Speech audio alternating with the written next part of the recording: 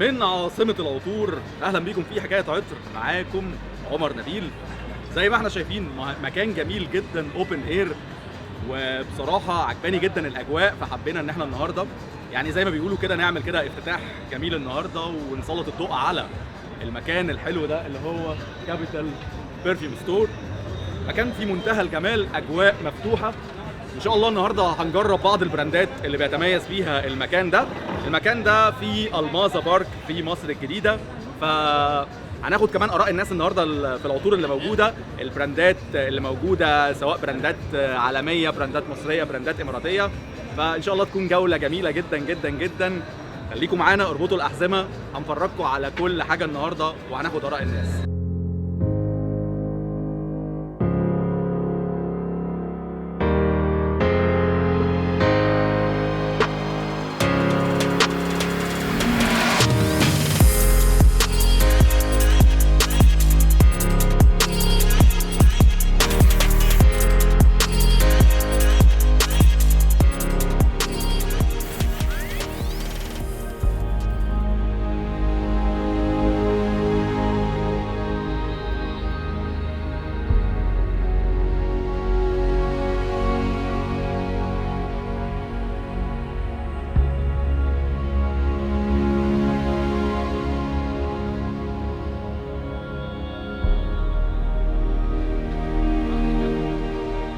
دلوقتي احنا دخلنا جوه من قلب كابيتال برفيوم اللي هي عاصمة العطور.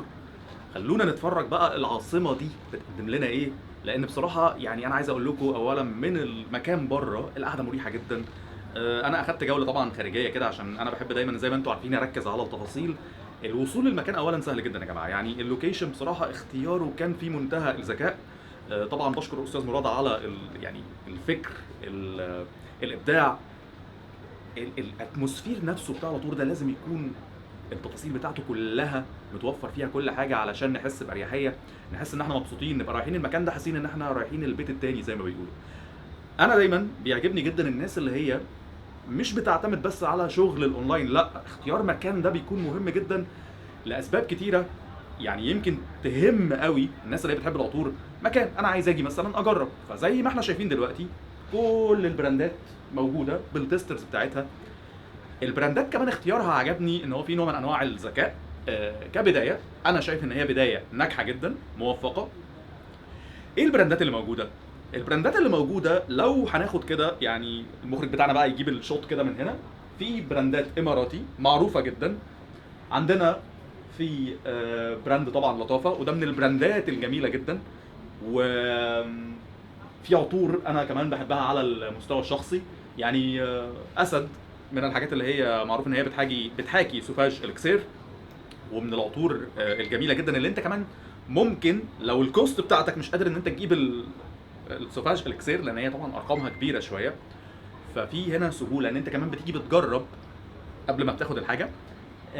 عطر زي خمره، طبعا خمره الناس اللي هي بتحب الاداء الجبار، وخمره انا يمكن عملت له حلقه خاصه على اليوتيوب اتكلمت على كل حاجه بالتفصيل في عطر خمره. قلت هو يعني مش انجل شير، انا شايف ان هو عطر مختلف عشان ما نظلمش العطر. في ناس ظلمت العطر وقالت ان هو يشبه انجل شير، ولكن اذا تعاملنا معاه ان هو عطر خاص لوحده، الناس يعني اللي بتحب الاداء هتعجب بيه جدا. جماليه الريحه، الناس اللي بتحب الحاجات الشجري برضو انا شايف ان هيبقى ده بالنسبه لها اختيار كويس جدا. من البراندات برضو الحلوه جدا جدا جدا، وانا يمكن اتكلمت عليها في حلقه عطور المحاكاه، هو براند اثينا المصري. الاونر اختياره ذكي. ليه اختياره ذكي؟ لان هو ما اختارش اي حاجه محاكاه، لا هو اختار حاجه يعني زي ما بيقولوا كده سبيشال جدا جدا. عطور اثينا انا بشوف ان هي من الحاجات اللي هي السبيشال قوي، وبتتميز يعني بحبكه خاصه زي ما بيقولوا. اولا الرو ماتيريال بتاعتهم بيجيبوها من بره، ناس بيشتغلوا على اعلى مستوى. طبعا في عطور عايز اقول من اثينا هنا بتحاكي البراندات العالميه، حاجه زي كريت افنتس، حاجه زي بلودو شانيل، حاجه زي اكوا دي جيو، حاجه زي انفيكتس. فلا بجد شغل فيه منتهى الجمال والشياكه. انا مبسوط كمان من حته ان الاستندات شكلها شيك، يعني حضراتكم لما هتشوفوا في التصوير دلوقتي، لا يعني فعلا الشياكه بتعكس يعني ايه الرقي بتاع الحاجه. فلا بصراحه اهتمام بكل تفصيله كبيره وصغيره. وانا متنبئ ان المكان هنا لا هيكون ليه يعني زي ما بيقولوا كده، لا مكان في السوق هيكون ليه مكان في السوق كبير جدا. فحقيقي انا سعيد بالتجربه. يعني تعالوا نجرب حاجه بقى مع بعض كده، نشوف كده ايه يعني، نفتكر كده عطور اثينا مع بعض علشان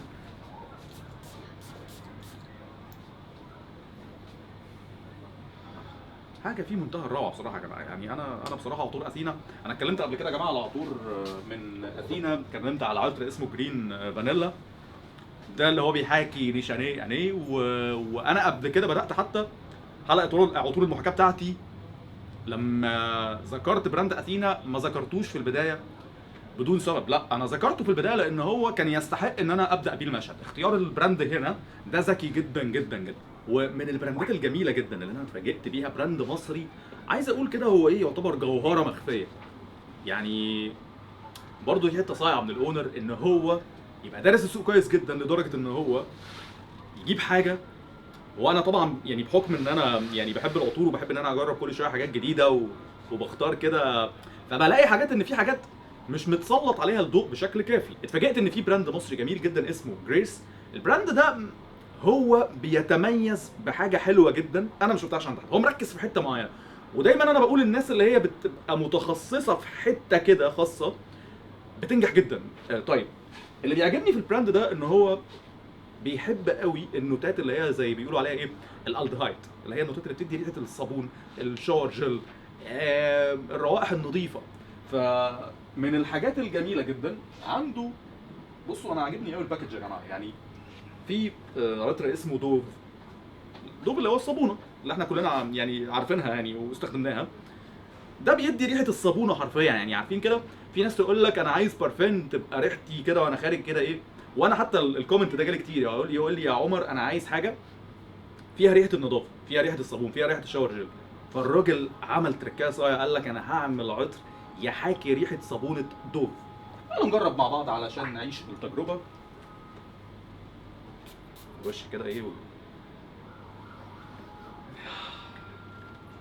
عارفين كده لما تكونوا لسه كده واخدين دش حلو وخارجين كده وريحتكم صابونيه فريش منعشه، هو العطر ده بيديك الاحساس بتاع الانتعاش بشكل مبهر ونقي وحبكه في منتهى الجمال.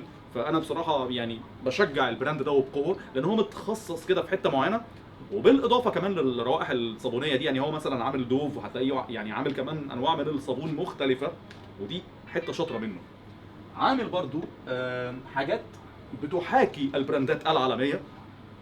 هنلاقي مثلا حاجه زي نيشانيها شيفات، هنلاقي حاجه زي خمره اكسترا. على فكره انا عطر خمره ده عجبني جدا جدا جدا، وعملت له على فكره ريفيو على جروب حكايه عطر عمر نبيل. كنت يعني انا نادرا لما بكتب على فكره ريفيو بالمكتوب، وده اول مره احس ان انا عايز اعمل حاجه انا ابقى كاتبها كتشجيع يعني للبراند بصراحه.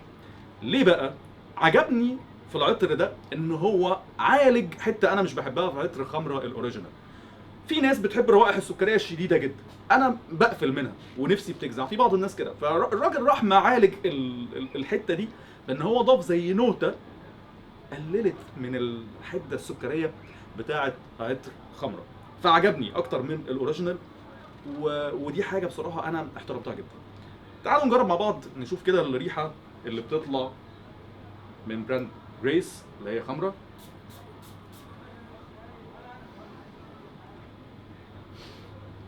لا ريحه جورماند جميله، ريحه شهيه كده، تحس كده هي فيها نوتة البلح مع نوتة القرفه مع لمسه لوز مع سنه فانيليا. لا يعني فعلا حرفيا الناس اللي بتحب الروائح الشجري هقدر اقول هنا بقى المظبوطه مش المسكره اوفر في عطر خمره الاوريجينال. بصراحه العطر ده اكتر من رائع واختياره جميل جدا جدا جدا. فحقيقي انا سعيد بالاجواء بالاتموسفير. متفائل ان المكان ان شاء الله هيبقى فيه براندات اكتر واكتر. ولكن بصراحه يا جماعه انا ادعوكم ان انتوا تيجوا تجربوا التجربه بنفسكم. خلونا ننتقل كده بقى لشويه حاجات انا عايز اتكلم عليها هناك برضو، لان دي برضو مهمه جدا ان انا اقولها عشان بس ابقى مدي فكره عامه عن المكان، اقول العطور اللي عجبتني. وعايز اكلمكم على براند يعني جديد مصري اماراتي. فيلا بينا يا طارق ننقل على هذه الجبهه. في هنا بقى براند مصري عجبني بعض العطور منه، يعني على سبيل المثال مثلا في عطر اسمه نايت، نجربه مع بعض عشان يعني نعيش الحاله والريحه سوا. نرش هنا كده برضو. طبعا انا جربت العطور دي يا جماعه، عايز اقول لكم قبل التصوير كلها، شايف ان الاداء بتاعها من المتوسط الى جيد، مش هقول اللي هو الاداء المزعج، ولكن الميزه فيها والحاجه الحلوه ان الاسعار اقتصاديه. يعني ساعات احنا بنمر كده بظروف صعبه، مش بنبقى قادرين ان احنا نجيب كل شويه اوريجينال، فممكن نلجا لحاجه بديله متميزه. ايه الحلو في البراند ده؟ تاني عجبني جدا الباكج مبهر. يعني بصوا، انا لو بفكر ان انا اجيب هديه هاجي المكان ده اشتري عشان الباكج اللي انا شايفه. كاميرا طبعا هتورينا كل حاجه دلوقتي. بصوا الجمال، العلبه شكلها شيك، لوحه معدنيه من بره، بوكس الماتيريال بتاعته حلوه جدا، من جوه متبطن بقطيفه. فلا انا شايف الديزاين الباكينج مصروف عليه، متعوب عليه. فمن الذكاء على فكره اختيار البراند ان هو يكون في البدايه هنا، ده شيء في منتهى الذكاء والجمال. انا العطور التانية بقى اللي عجبتني جدا جدا جدا عطر اسمه الافارو. برضو بصوا يا جماعه، برضو الديزاين بقى واخد بقى شكل تاني. يعني بصوا البوكس هنا باللون الاسود، لوحه معدنيه. نجرب كده مع بعض عشان نشوف الافارو الريحه بتاعته عامله ازاي. الناحيه بقى التانية. اوه لا يعني هو فعلا على فكره عايز اقول لكم يا جماعه، والله الاونر قال لي ان العطر ده مميز جدا وانا جربته. عطر الافارو عاجبني لان هو ماشي مع ذوقي جدا. يعني انا عايز اقول لكم والله بفكر ان انا اقتنيه بعد الحلقه دي، هيحصل استنى يعني ارش منه كده وايه، اعيش معاكم التجربه. انا شايف الناس اللي هي ذوقها قريب من ذوقي ومتابعاني، العطر ده هيعجبها جدا. واعتقد هو يمكن اونر المكان هنا قال لي العطر ده هيعجبك فعلا، وانا عارف ان هو الراجل متابعني فايه، فقلت خلاص هو اكيد بقى الراجل فاهم دماغي. ولكن عجبني جدا جدا جدا. انا شامم فيه اخشاب، فيه حمضيات، لا عطر شيك قوي قوي قوي. فلا بصراحه البراند من الذكاء كان ان هو يتحط في المكان ده. فبصراحه لا انا فخور بالعطور دي. الناس اللي بتحب العطور الشرقي، يعني دي تعدي كده برضو، لا الراجل لازم يجيب لنا حاجه شرقي بقى. يعني يفرض حد خليجي كده معدي ولا حاجه، فيقول لك لا اجيب له بقى حاجه شرقي كده ايه تدلع الدنيا. عشاق العود اجمع عندي، تعالى انتوا عارفين ان انا بحب العود جدا. عود تاتش اكستريم. مش هشرح، تعالوا نعيش الحاله مع بعض. النهارده احنا جايين بنعيش الحاله، مش بنعمل ريفيو، لا احنا بنسلط الضوء على كل حاجه. ف يلا بينا.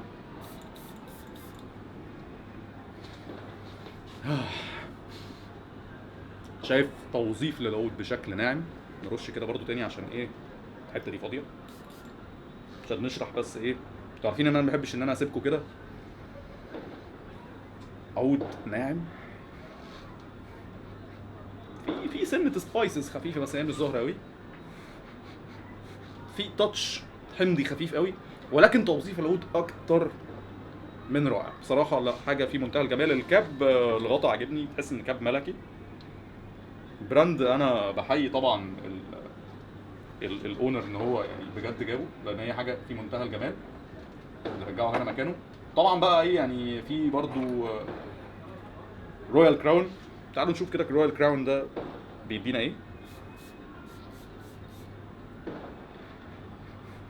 ريحه شايف ان هي ريحه من الفواكه شويه مع ريحه جلود. ده اللي ظاهر في رويال كراون. فالناس اللي هي بتحب الجلود والفاكهه ارشح لهم العطر ده. انا يمكن العطر ده انا شايف ان هو يشبه شويه لبعض العطور التانية. البوكس هنا بقى عاجبني جدا، الشكل بتاعه برضو اهو نفس الكلام. شايف الناس اللي عايزه تجيب هديه يجوا ياخدوا من هنا على طول. ده بالنسبه لي البراند اقتصادي، والبوكس شكله حلو جدا.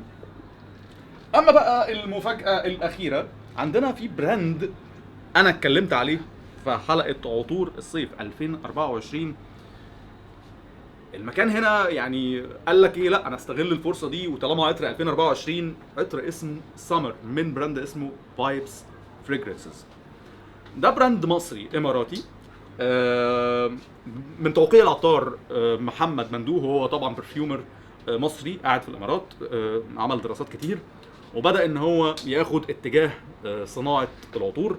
وبصراحه انا فخور ان انا بتكلم على العطر ده لان هو من عطار مصري.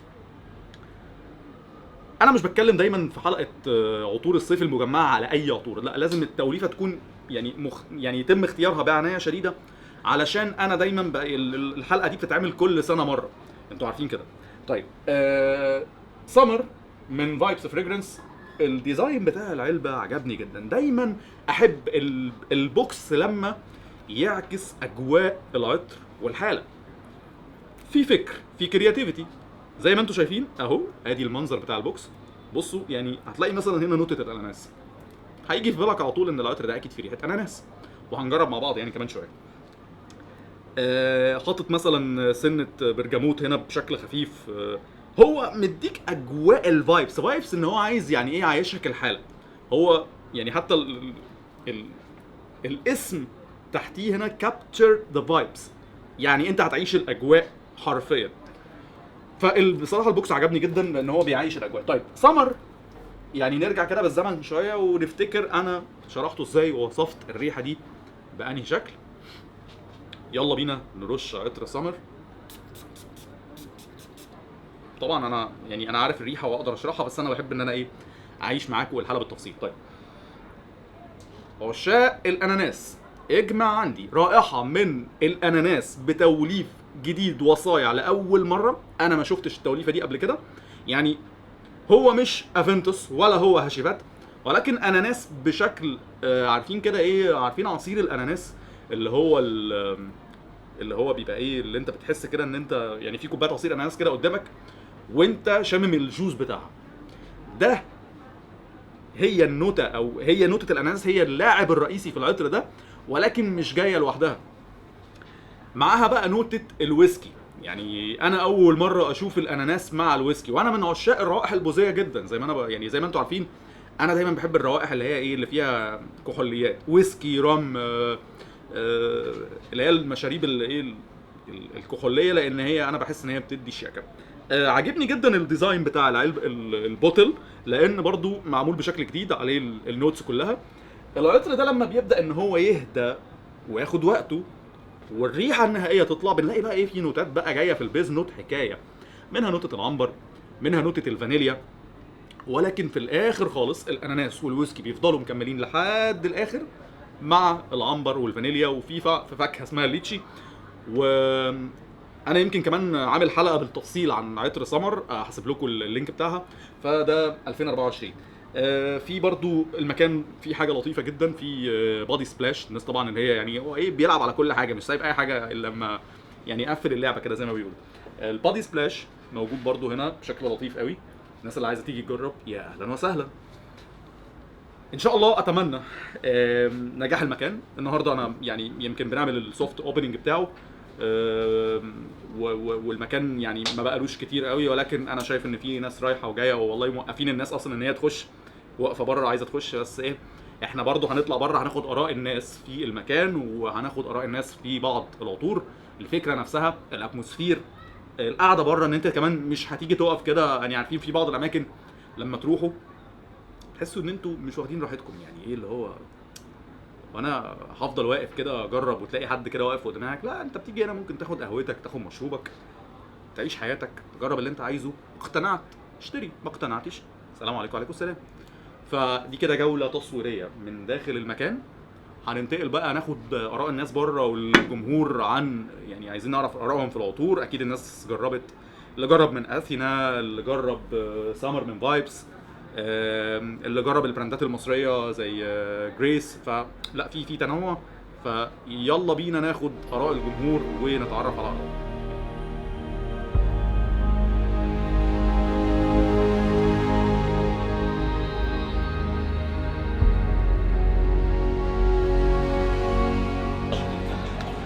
دلوقتي معايا محمد حسين فهمي. استاذ محمد حسين فهمي طبعا مع حفظ الالقاب موسيقى عطريه، تميز بالعزف وربط العطور بالموسيقى، وبيطلع احلى يعني ريفيوهات، وانا سعيد بصراحه جدا ان هو انضم للموضوع. انا بشكرك على تلبيتك الدعوه النهارده وحضورك الايفنت، اسعدني جدا جدا. شرف ليا والله. انا كمان انا قابلت ناس يعني كان يعني انا بتفرج عليهم في التلفزيون بس يعني على اليوتيوب وكده، بس حصل لي الشرف ان انا قابلتهم، وبصراحه حاجه جميله. الناس دي على درجه عاليه جدا من العلم والثقافه والادب والاخلاق والذوق وكل حاجه طبعا. وطبعا الشخصيه الكاريزماتيك الاولى عمر يعني هو السبب في ان انا عملت فيديوز. يعني انا كنت بعمل فيديوهات له هو لوحده بيني وبينه كده على على الواتساب يعني، وكان بس مش اكتر من كده يعني، فانا بدله بالفضل ده يعني. دي شارع اعتز بيه، وعايز اقول لكم يا جماعه والله جاي من اسكندريه مخصوص عشان يعني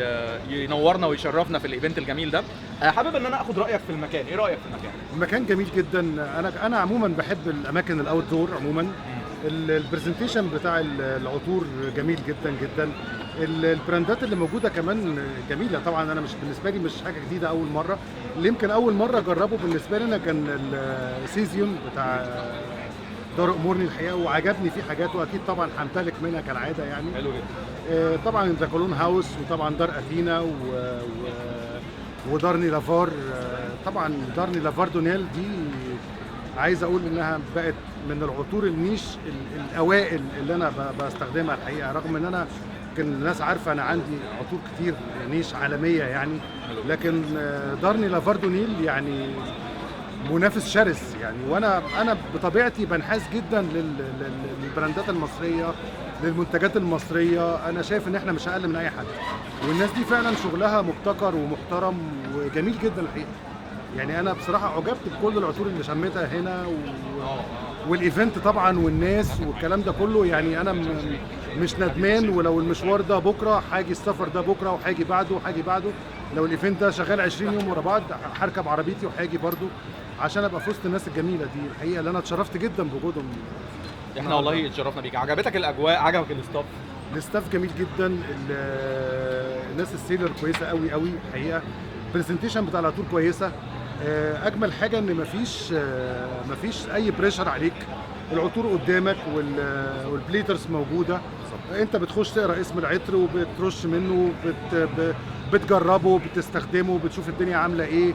عجبك بتخش، الناس بتقابلك بمنتهى الذوق والاحترام، بتاخد العطر، بتجرب، بتقوم، بتيجي بدون اي ضغط الحقيقه.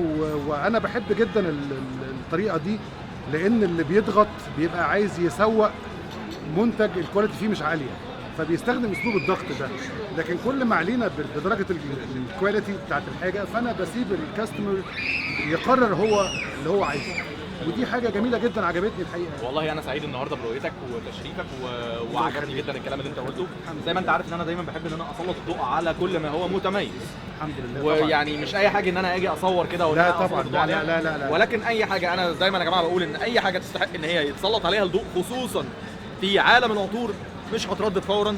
برفع سماعه التليفون اقول له يا طارق اجهز عندنا حلقه، والراجل طبعا بيثق فيا ويعني بنتوكل على الله. طبعا سعيد بيك جدا. الله يخليك. انا كمان سعيد بيك جدا والله يا عمر. وان شاء الله يعني لقاءات ثانيه هتجمعنا، وعندنا أكيد طبعا يعني حلقه بودكاست ان شاء الله تنزل تكسر الدنيا. ده شيء شرفني الحقيقه. انا مستنيها والله زيك يعني. ان شاء الله ان شاء الله, إن شاء الله. انا بشكرك يا مستر محمد جدا. ميرسي جدا يا عمر. اشكرك متشكر جدا لحضراتكم. السلام عليكم. ومعايا الاخ العزيز والصديق العزيز استاذ بدوي محمد، صاحب ومدير ومؤسس شركه امورني، موجود النهارده في الايفنت بالتعاون مع كابيتال برفيوم. يا اهلا وسهلا، منورني ومشرفني. اهلا بيك. انا طبعا يعني سعيد ان انت لابس يعني من المنظمين النهارده. انت عارف ان انا الاي دي لازم يعني انت النهارده جاي كده ايه اللي هو ايه يعني بتساعد في تنظيم الايفنت بنفسك. ما انت عارف ان انا بحب كل مجتمع العطور، ده حاجه والله تفرح الناس كلها، ويسعدني ان انا دايما اكون في خدمتهم والله بجد. ده بحس بفرحه وسعاده لما بقف اتكلم مع حد. وعاوز اقول لك انا كم الدعاء اللي جاي، الناس جايه عشان تسلم عليا وتبوس لي، انا عارفيني من الفيس. نجم الشاشه يا جماعه بعد حلقه البودكاست بصراحه كسر الدنيا. فالنهارده انا سعيد جدا بان انت موجود. عايز اسالك سؤال، ايه اللي خلاك النهارده بالتعاون مع كابيتال برفيوم لتنظيم الايفنت؟ ايه اللي شدك للمكان هنا؟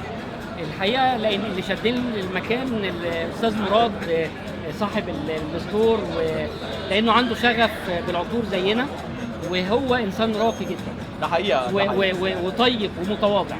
فمجرد ما تواصلنا تليفونيا يعني تقريبا لمسنا مع بعض من غير ما نشوف بعض، ولما اتقابلنا في اول مره هو حد في الترحاب رائع بجد. وانا بحب ده، حلو قوي. ان انا بحب اقدر الناس اللي جايالي، وهو عنده نفس ال يعني الفكر ده والاسلوب ده، ودي في طبيعته في الترجمه بتاعته. يعني هو انسان رائع الحقيقه، وهو ما شاء الله الستور جميل، تحس فيه بتنسيق جميل، وهو عاوز واحده واحده ان شاء الله يعمل كوليكشن كبير باذن الله. فلازم نقف كلنا في ظهره وجنبه. حلو قوي. لان هو بيقول لي اعتبر ان ده فرع ليك، فما يعني اعمل ايه؟ اخويا. انا عارف ان امورني ما بتنزلش مع اي حد، لازم تكون الجو بتاعها يعني ملائم للجو والاتموسفير بتاع شركه امورني، لان امورني دايما ماشيه على معايير احترافيه، وده يمكن هنا اللي انا شفته في المكان. واضح ان الناس على فكره بدات تغش منك، يعني كون ان الراجل هنا يعمل ستور هنا وفي تيسترز برضو موفرها، وبادئ بدايه كويسه لعطور انا شايف ان هي الفئه الاقتصاديه بتاعتها كويسه جدا بالنسبه للجمهور. فايه رايك في اختياره للكوليكشن اللي هو مختاره بشكل مبدئي؟ هو الاستاذ مراد كان عنده فكر انه يكون عنده حاجات مميزه مش موجوده في اماكن كتير، ولكن ان شاء الله برضو يعني مع الترافيك وزيارات الناس ان شاء الله هو من المرونه بمكان، وفكره ان هو كل ما يحتاجه محب العطور ان هو يوفره ان شاء الله. وان شاء الله يعني بدايه موفقه، وانا متوقع ان شاء الله شغل كويس جدا، لان هو حريص يقدم العطور بشكل مميز. حلو جدا. يعني انا طبعا سعيد بان انا يعني شفتك النهارده، سعيد بوجودك، متفائل يعني ان انت طالما جيت النهارده ان شاء الله دي تبقى فتحه خير على المكان. يا حبيبي ده شرف ليا، وهو فضل ربنا عز وجل قبل اي حاجه، واهم حاجه ان احنا يبقى في بيننا كلنا حب وترابط. عايز اوصل رساله يا جماعه صغيره جدا قبل بس يعني ما اختم مع استاذ بدوي. احنا كلنا بنكمل بعض، يعني ده راجل عنده شركه واستاذ مراد عنده شركه، التعاون ده بيقول ان فعلا المجتمع العطور ده مجتمع راقي. يعني انت كان ممكن تعتبر ان دي منافسه، ولكن بالعكس انت قلت ان هنا يعني انا هنزل النهارده لان انا عارف فكرك وعارف انت مؤمن بايه، ان انت اكيد لما هتساعد حد، لما هتقدم السبورت لحد ده اكيد بيرجع لك. فدي رساله بس انا عايز اوصلها، احنا كلنا يا جماعه بنكمل بعض. وده يمكن الجمله اللي انت قلتها في البودكاست، قلت انا الناس اللي حواليا دول مش منافسين، ده الناس دي انا بعتبرها مكمل ليا.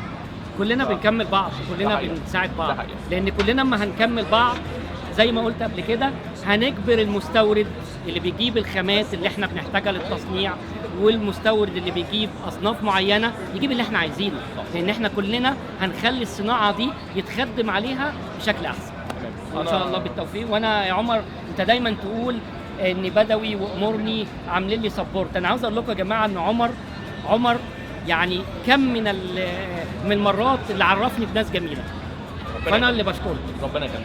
انا سعيد بوجودك النهارده واتشرفت ان انت موجود، وان شاء الله يعني بعد حلقه البودكاست دي الجمهور بيطالب ان احنا نتكلم في حاجات تاني، فادي وعد للجمهور ان احنا ان شاء الله يبقى في حلقه قريبا ان شاء الله. وانا كنت بفكر في الموضوع ده امبارح.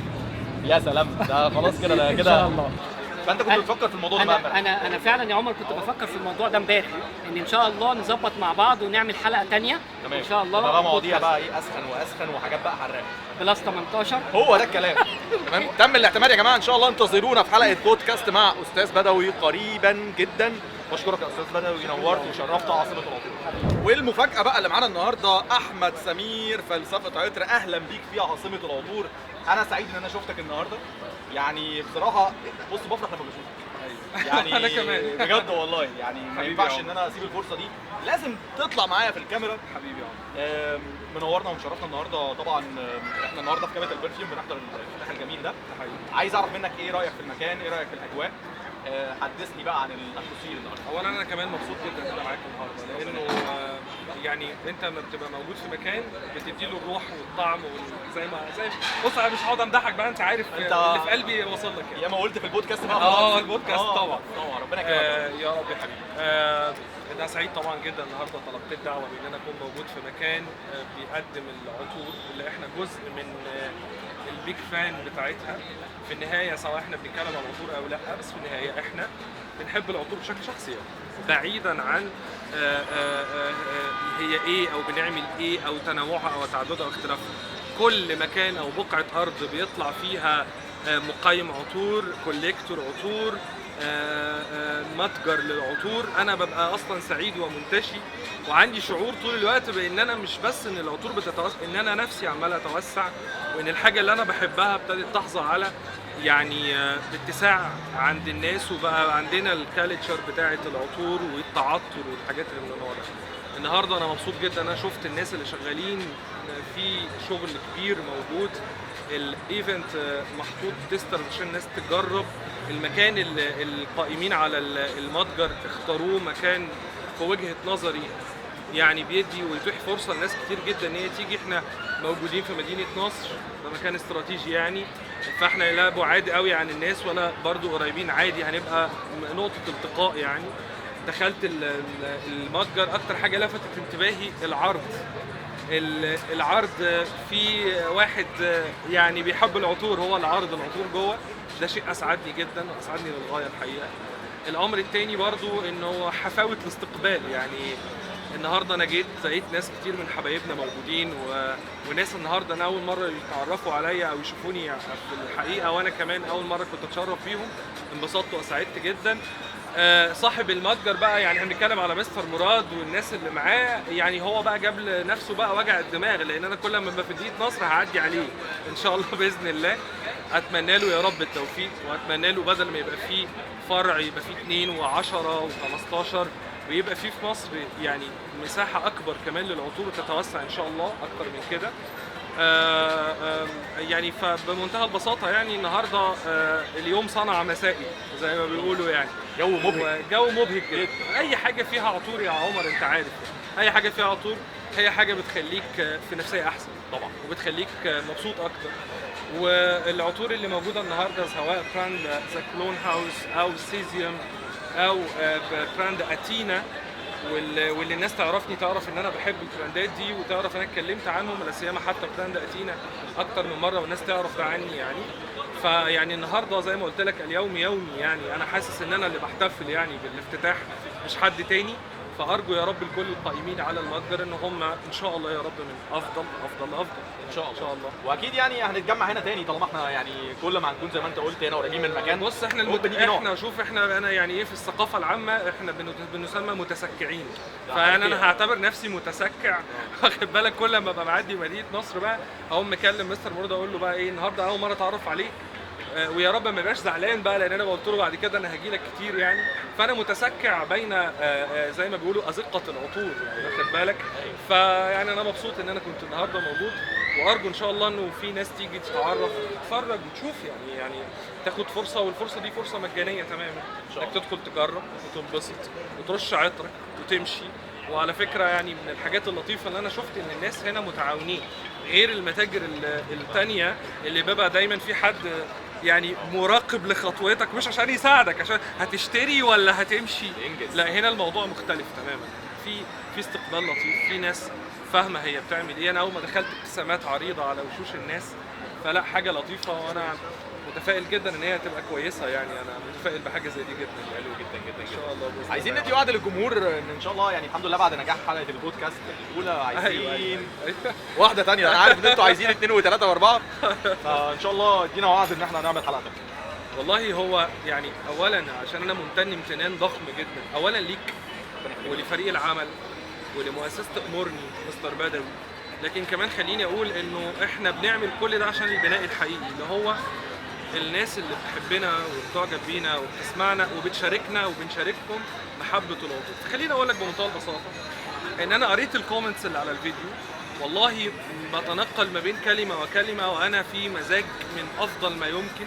ورغم ان انا يعني حتى الفتره اللي فاتت كان مزاجي متقلب بسبب اشياء في الحياه وده طبيعه الاشياء يعني، الا اني الحلقه دي خليني اقول يعني ايه صنعت هذا العام او خاتمه هذا العام ان شاء الله على خير، عام 2024. انا انبسطت ان انا شاركت معاك في البودكاست يا عمر، اولا لانك شخص مؤدب وعلى خلق كبير ومتمكن في اللي انت بتعمله، فبالتاكيد يعني بما ان راي الناس كان ايجابي برغم ان احنا ضربنا ساعتين يعني الكرسي في الكلام طلبوا اكتر على فكره يعني بس لكن الحمد لله لقيت ان الناس انبسطت. كتير قوي كلموني على فكره انت يعني انت بتقول ان انت مش خفيف الظل، بس لا انت يعني طلعت لطيف، وده الحمد لله كويس يعني. فطبعا اكيد بوعدك وبوعدهم ان انت في الوقت اللي تكلمني فيه، وانت عارف غلاوتك عندي يعني، انا معاك وتحت امرك في اي وقت نتكلم وندردش حوالين العطور، ويبقى في يعني بودكاست كتير جدا بيني وبينك ان شاء الله. هي يعني انطلاقه كده في العالم العربي. يعني انا عايز اقول ان انت اديتها زقه كبيره جدا بوجودك معايا. لا بالعكس، ووجودك النهارده، حضورك الايفنت بصراحه فاجئني واسعدني، ومبسوط ان انا شفتك. ويا رب ان شاء الله يعني زي ما جينا هنا عاصمه العطور المكان الجميل ده، نروح عواصم ثانيه كده ونفسح يعني. احنا عايزين نتدلع يا عمر. ايوه بقى، يعني مش يعني محتاجين نتدلع، نسافر بتاع يعني. بص النهارده الجو حلو يعني، عارف احنا جينا النهارده مكان فسحه خروجه، كل السيرفيس حواليك، بص في كافيهات، في مطاعم، يعني عارف انا حسيت النهارده ان انا جيت خرجت.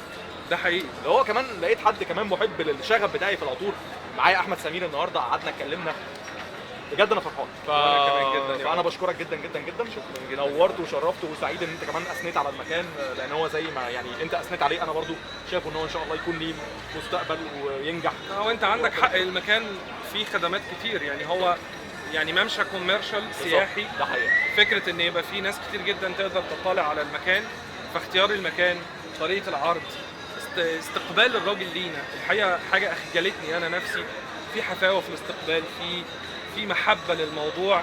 من الواضح ان احنا مش بنتعامل مع مجموعه بتتاجر في العطور بقدر ما هي بتحب العطور، فاهمه الناس اللي بتحب العطور احتياجاتها ايه. فخلينا نقول ان شاء الله تكون مكان اخضر وقدمه اخضر على اصحابه، وان شاء الله باذن الله يعني نتلتقي انا وانت في عواصم اخرى زي ما قلنا، ونتدلع بقى وحاجات كده. وبما ان كمان احمد هنا دي يعني الانطلاقه الاولى لعاصمه العطور، يعني اتمنى ان شاء الله قريبا يكون في اماكن ثانيه وثانيه وثانيه، ويمكن نصور في عاصمه العطور بقى في دبي بقى ان شاء الله. في دبي انا خلي بالك عايز اقول لك على حاجه، احنا لازم هننتقل من عواصم لاخرى، لانه انا عارف ان بيجمعنا انا وانت شغف ومحرك ودافع، وان شاء الله باذن الله انا ارجو يعني انه بعد زي ما عملنا ده في 2024 في 2025 يبقى لينا لقاء انا وانت في دبي. مش عايز اقول لك بقى دبي بقى يعني. يا عيني بقى، مش عايز اقول لك يعني سامع يا مستر مراد، دبي بروح دبي انبسط يعني، واخد بالك. ان شاء الله نبقى هناك عن قريب، ونعمل انا وانت حلقه او بودكاست او ايا من يكن يعني. احجز تذكرتين من دلوقتي حبيبي يا احمد. بالظبط. ميرسي يا عمر جدا، شكرا ليك يا عمر. ومنورنا النهارده ومشرفنا في عاصمه العطور استاذ وسيم، صاحب براند نيلافار العالمي اللي خلاص بقى غزا العالم دلوقتي، ويعني بصراحه مشرفنا ومنورنا، وبراند اثينا كمان. انا عايز اقول لك سعيد جدا ان انا شفتك النهارده، يعني احنا عايزين صاحب البراند بقى يطلع يتكلم كده حبيبي هذا شرف ليا والله، يعني احنا سعداء جدا. انت بسم الله ما شاء الله القناه بتاعتك يعني الفكر اللي انت شغال فيه انا بحترمه جدا، وانا من اشد المتابعين، انت عارف طبعا. انا عارف انت دايما بتسمع من فضل الله يعني، وانا شايف انه انت يعني داخل بفكر جديد، وانا احييك عليه والله. انا سعيد جدا النهارده برؤيتك. عايز اعرف ايه رايك في عاصمه العطور النهارده؟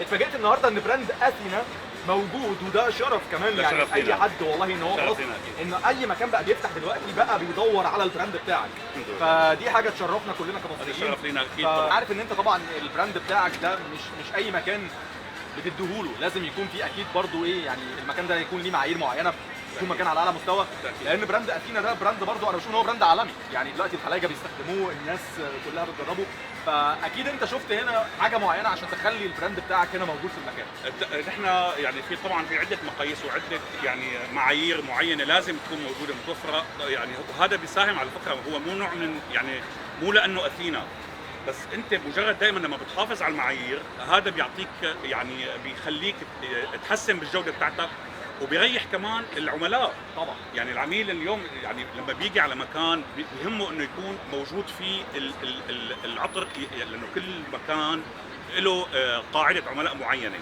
فانت لما بتلاقي المكان حقق المعايير اللي انت حاططها طبعا هذا يعني بيحقق لك سعاده كبيره وشرف لنا طبعا كبير. طبعا نحن بنفضل يعني ان شاء الله باذن الله يعني دايرين على توسع باكثر من مكان، وان شاء الله يا رب تكون فتحه خير. يا رب ان شاء الله. اتمنى لك يا رب التوفيق والنجاح.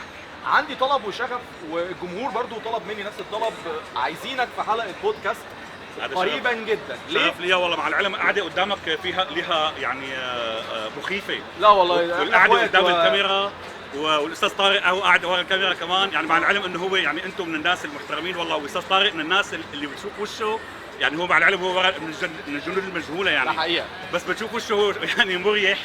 فان شاء الله. وانا طبعا يعني الحلقات بتاعتك رغم طولها البرودكاست الا انها هي ممتعه جدا جدا. جميل. لدرجه اقول لك يعني امبارح للامانه انا ابتديت امبارح شفت حلقه من حلقاتك، كانت الحلقه مع استاذ احمد سمير اعتقد بالظبط. ده حقيقه. من الساعه 1 بالليل انا بلشت فيها، قفلت 3:30 تقريبا. ما شاء الله. لقيت ما عاد في وقت يعني، خلاص فضلت قاعد لغايه ما صليت الفجر وبعد كده نمت يعني. فانت ايه يعني ضيعت الليل يعني؟ لا فانا لا ان شاء الله باذن الله يعني انا سعيد ولي الشرف طبعا بالتاكيد ان اكون معك وعناية ليك والله. ربنا يخليك. احنا بنوعد الساده المشاهدين ان شاء الله يعني هيبقى في حلقه قريبا جدا مع استاذ وسيم صاحب دار نيلافار واثينا، هيحكي لنا بقى قصه البراند من اوله، لان ده هيكون كلام مهم جدا للناس اللي هي عايزه تعمل براندات عطور للصناعه بشكل عام، لان انا شايف ان هي قصه تستحق تسليط الضوء عليها. يعني اكيد كل حاجه فيها نجاحات واخفاقات، اكيد مرت بتجارب صعبه جدا. مصر يا استاذ عمر اصلا يعني بوجودها بالمنطقه، انت عارف مصر يعني هي تعتبر اكبر دوله عربيه، فهي يعني حقها ولازم يكون موجوده على يعني السوق العالمي للعطور. هذا طبيعي. خلي بالك اقدم العطور يعني وجدت بالحضاره المصريه القديمه، طبعا اساس صناعه العطور المصريين القدماء. فطبعا لازم مصر يكون عندها البراندات وليس براند، يعني عم لك البراندات تكون عندها صناعه العطور اللي تكون غازيه الكون. طبعا يعني حق العالم اصلا انه نشوف صناعه عطور مصريه وتكون بجوده تستحق. طبعا. فنحن دائما بندور انه نحن عم نمثل بلد، نحن واجهه لبلد. فدائما انا يعني بكلم نفسي، بهيب لنفسي وباي حد عاوز يعمل براند انه نحن انت بالنهايه عم تمثل مصر ويعني واللي نحن كلنا جزء منها. وهي يعني انا رغم اني انا يعني مالي مصري بس الدم مصري يعني.